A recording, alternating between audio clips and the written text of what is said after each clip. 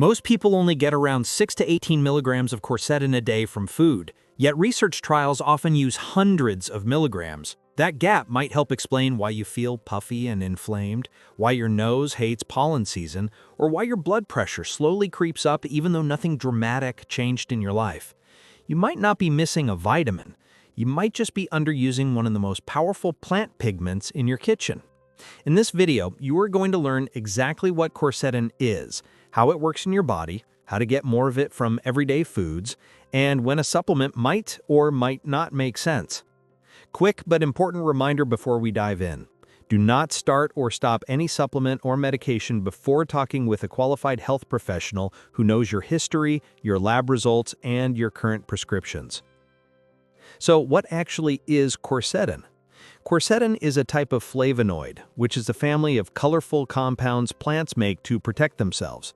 You can think of quercetin like a tiny rust guard for your cells. Just as you might coat metal so it does not rust as quickly, plants pack quercetin into their leaves, skins, and peels to deal with sun, insects, and stress. When you eat those plants, you borrow that protection. One of the main things quercetin does is act as an antioxidant. Antioxidant is a word that gets thrown around a lot, so here's the simple version. Your body constantly makes unstable molecules called free radicals as a normal part of life. They're like little sparks from a campfire. A few are fine. Too many start burning nearby cells and DNA. Quercetin can donate an electron to those sparks and calm them down, which may help protect your blood vessels, brain cells, and other tissues from long-term wear and tear. Quercetin also seems to help with inflammation control. Inflammation is your body's alarm and repair system. You need it when you cut your finger or fight an infection, but you do not want that alarm stuck on all the time. In lab and human studies, quercetin can dial down some of the signals that keep inflammation running, and it may support the cells that line your blood vessels so they work more smoothly. That might translate into slightly better blood flow and healthier blood pressure for some people. There is another reason you hear about quercetin for allergies. Certain immune cells release histamine, which is the chemical that makes your nose drip and your eyes itch. Quercetin appears to help stabilize those cells, so they are less likely to dump out big bursts of histamine. That does not mean quercetin is a replacement for allergy medication, but it helps explain why some people notice their seasonal symptoms feel more manageable when they eat more quercetin-rich foods or use a supplement under guidance. Your body does not make quercetin on its own. It's not like vitamin D from sunlight. You have to bring it in from the outside through your food or a supplement. What your body does do is modify quercetin. Your gut bacteria, your liver, and your enzymes transform it into slightly different forms that move through your bloodstream. How well you absorb and use quercetin depends on your digestive health, your microbiome, and what you eat with it. In fact, less than 10% of a basic quercetin dose may get absorbed, which is one reason supplement companies are obsessed with making it more bioavailable or easier to absorb. Now let's get practical. Where do you actually find this stuff on your plate? Some of the highest natural sources of quercetin are capers, red and yellow onions, kale, broccoli, buckwheat, berries, apples with the peel, grapes, and teas like green and black tea. Capers are surprisingly dense, with over 170 milligrams per 100 grams, but most of us only eat a spoonful at a time. Red onions have around 30 to 40 milligrams per 100 grams, roughly the size of a small onion. Kale and broccoli come in around 20 to 40 milligrams per 100 grams, especially if they are lightly cooked. Apples, grapes, and berries carry a smaller but steady amount, especially in the skins. Remember that number from the beginning, 6 to 18 milligrams per day in a typical diet. You could easily double or triple that with simple habits. For example, you might chop half a red onion into your salad or stir-fry, add a tablespoon of capers to fish or chickpeas, sip 2 cups of green or black tea, and eat 1 apple with the peel. That kind of day already moves you well beyond the average without a single capsule. So, when is food enough and when do supplements come into the picture? If you eat several servings of fruits and vegetables every day, especially onions, leafy greens, apples, and berries, and you drink tea, your natural intake is probably totally reasonable for general health. Supplements come into play when someone is aiming for the kind of higher intakes that have been studied in clinical trials. In adults, quercetin supplements are often used in the range of 250 to 1,000 milligrams a day, usually for up to about 3 months at a time in research. You will see different forms on labels. Quercetin dihydrate is a common basic form. There are also so-called phytosome or liposomal forms that try to attach quercetin to fats or other carriers to help with absorption. Reviews of bioavailability suggest that attaching quercetin to certain sugars or using special delivery systems can roughly double how much makes it into your blood, and eating it with some fat and fiber-rich foods can help as well. Some products combine quercetin with vitamin C or an enzyme called bromelain because those seem to increase absorption and may work synergistically. If you and your clinician decide a supplement makes sense, a very common pattern is to start around 250 to 500 milligrams once or twice per day with meals, see how you feel, and adjust. For many people, a mid-range brand at around 500 milligrams per day might cost roughly the equivalent of $10 to $30 per month, but prices vary a lot by country and quality. With supplements, quality matters. Look for products that use third-party testing, clearly list the form and dose, and avoid unnecessary fillers or proprietary blends where you cannot see exact amounts. Let's talk about absorption and timing in everyday terms. Because quercetin is not very water-soluble, taking it with some food that contains a little fat, like olive oil, avocado, or nuts, seems to help. Splitting the total dose into 2 smaller doses during the day may be easier on your stomach and may keep blood levels more steady. Massive single doses are not proven to be better and could increase the risk of side effects and interactions. On the other hand, your basic dietary quercetin from fruits, vegetables, and tea slips into your day naturally and is extremely unlikely to cause problems for most people.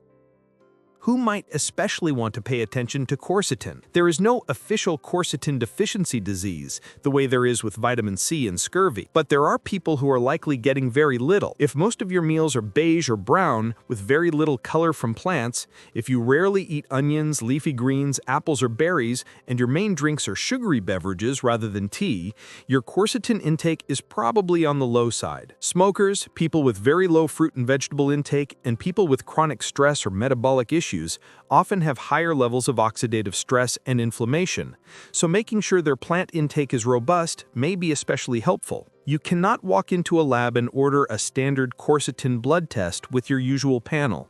It exists in research settings, but not in routine clinics. What you and your doctor can track are the downstream things you actually care about. That includes blood pressure, cholesterol and triglycerides, inflammatory markers like C-reactive protein, blood sugar and insulin, and of course, how you feel day to day. If your goal in adding quercetin-rich foods is to support vascular health and inflammation balance, those are the types of numbers your clinician might watch. Here are a few simple personas to make this practical. Imagine a budget-conscious eater who lives on rice, pasta, and cheap meats. Money is tight and supplements feel out of reach. For this person, the best move is not a capsule. It is using low-cost, high-quercetin foods. Onions are inexpensive and store well. Cabbage, kale, and frozen broccoli are often among the cheapest vegetables. Green or black tea bags cost very little per cup. So a realistic plan might be to sauté onions and cabbage into stir-fries, add frozen broccoli to noodles, and swap one sugary drink for a mug of tea. That alone could multiply quercetin intake without stressing the wallet. Now picture a vegan who already eats plenty of plants but maybe leans heavily on the same staples. They might have oats, bananas, and peanut butter every morning, pasta with tomato sauce every night, and not much variety beyond that. For them, the win is to layer in targeted quercetin foods.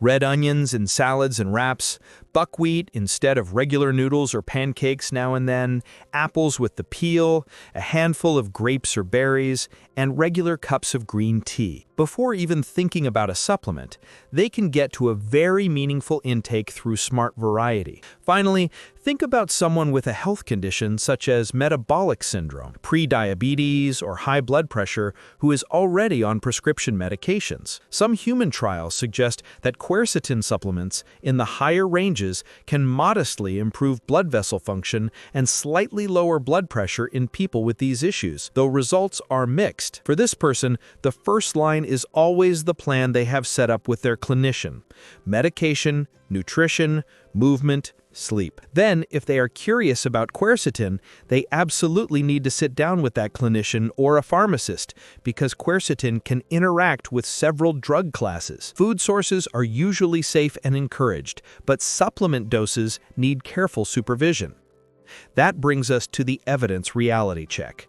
In animals and cells, quercetin looks like a rock star. It strongly fights oxidative stress, cools certain inflammatory pathways, and influences many enzymes. In humans, the story is more nuanced. For heart and blood vessel health, a review of multiple randomized trials in adults with metabolic issues or high blood pressure found that quercetin supplementation, usually in the range of 500 to 1,000 milligrams a day for a few weeks to a few months, could modestly reduce blood pressure and improve markers of endothelial function, which is how well the inner lining of your arteries behaves. But in healthy adults without these problems, results are weaker or sometimes show no clear benefit. For inflammation and immune function, some clinical trials report lower levels of certain inflammatory markers after weeks of quercetin use, while other trials, even at 1,000 milligrams a day, do not show big changes in healthy people. That tells us quercetin is not a magic switch.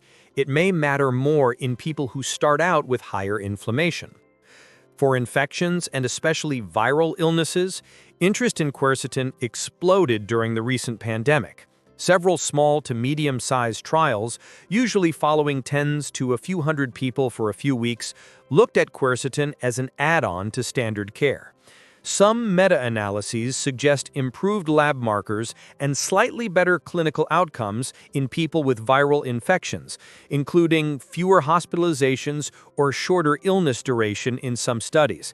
But the number of studies is still small. They use different doses and combinations, and they are not the kind of massive, definitive trials we rely on for strong treatment recommendations.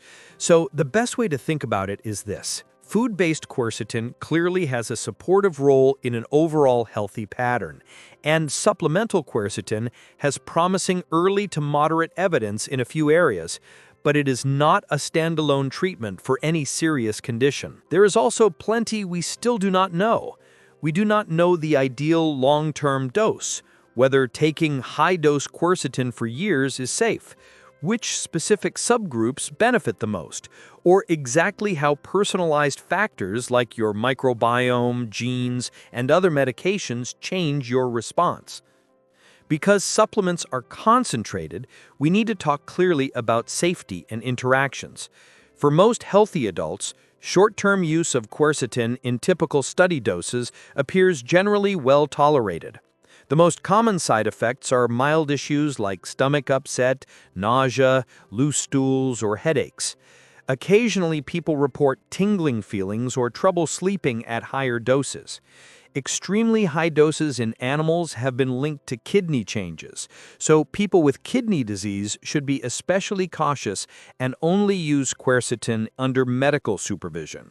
The bigger concern is medication interactions.